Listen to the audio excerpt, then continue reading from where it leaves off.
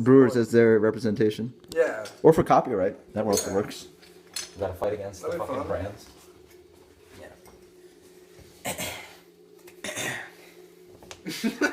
Hey there, guys. This is Darwin with another review with my friend Scott. What we have here is Stone's Xocoveza. This is their Mocha Stout brewed with cocoa, coffee, pasilla peppers, vanilla, cinnamon, and nutmeg. This is sort of the new spicy stout kind of style. A style that actually really, one of my favorite new styles. Yeah, it's great. I think this is actually considered a milk stout, which the other ones aren't. Yeah, it's called a milk stout, so there's lactose in there. It's actually slightly lower ABV too. I think it's like 8.1, different than like Mexican cakes, was like 10%. Yeah. But yeah, there are a bunch of beers like that. Mexican cake, Hunapoo, Yeah, so Prairie very Bomb. popular. And finally, Stone's like putting their own try at it. Just gonna try at it. So. I wonder if they ever make one. Let's get a run on this. Ooh. It's a blast of like peppers. I get a lot of cinnamon in there. You know what? I just get fresh peppers. It just smells like peppers. Like when I dry hopped that beer last time, that pressing, pure pepper, a lot of cinnamon.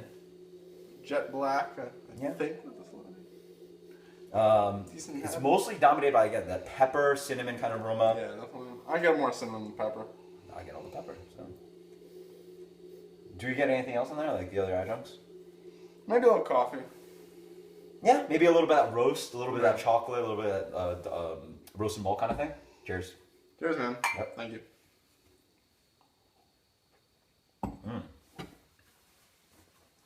In the front, it's got that nice kind of like creamy kind of mouthfeel. So I guess it is like a lactose milk stout. Yeah, definitely tastes like a milk stout. But, yeah. You know, soft, velvety. Yeah. Wouldn't say it's chewy in the way of like a lot of bigger stouts, but in the front it's nice and like it has a good mouthfeel.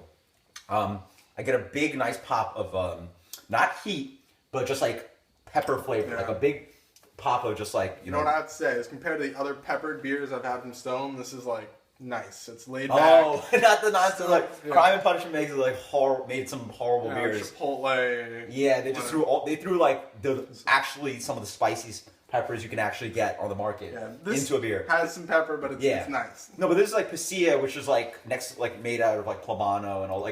They're basically like a slightly higher than bell pepper in the sense that they're not spicy, pasilla peppers, and so it's really just offering a lot of pepper flavor. It really does taste like very peppery, but there's no. I like it.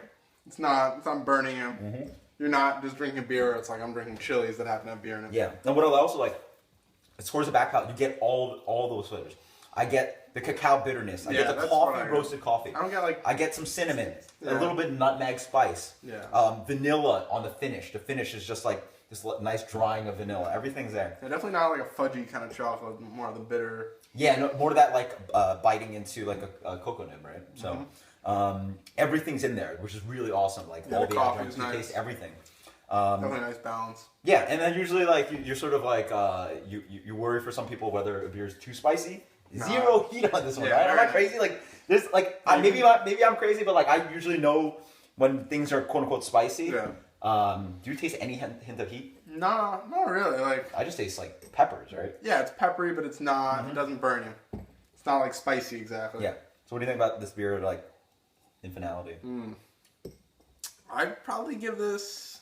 Let's see, we're doing a 10-point scale. I'd say 100. We're doing beer 100. Beer scale. Beer scale. Excuse me. So what should this get? I'm gonna give this a 95. 95. I'm gonna give the beer 96. What are the things you like and don't like about this beer for you?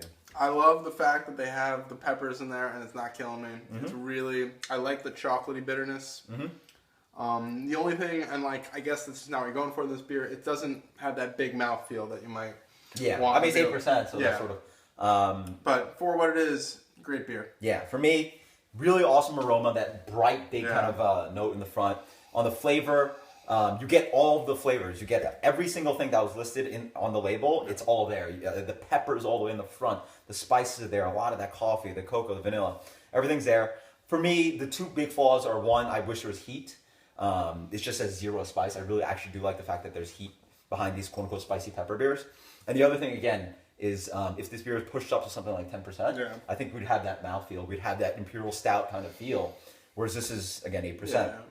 It's going to drink thinner than the beers we're familiar with, like Mexican cake.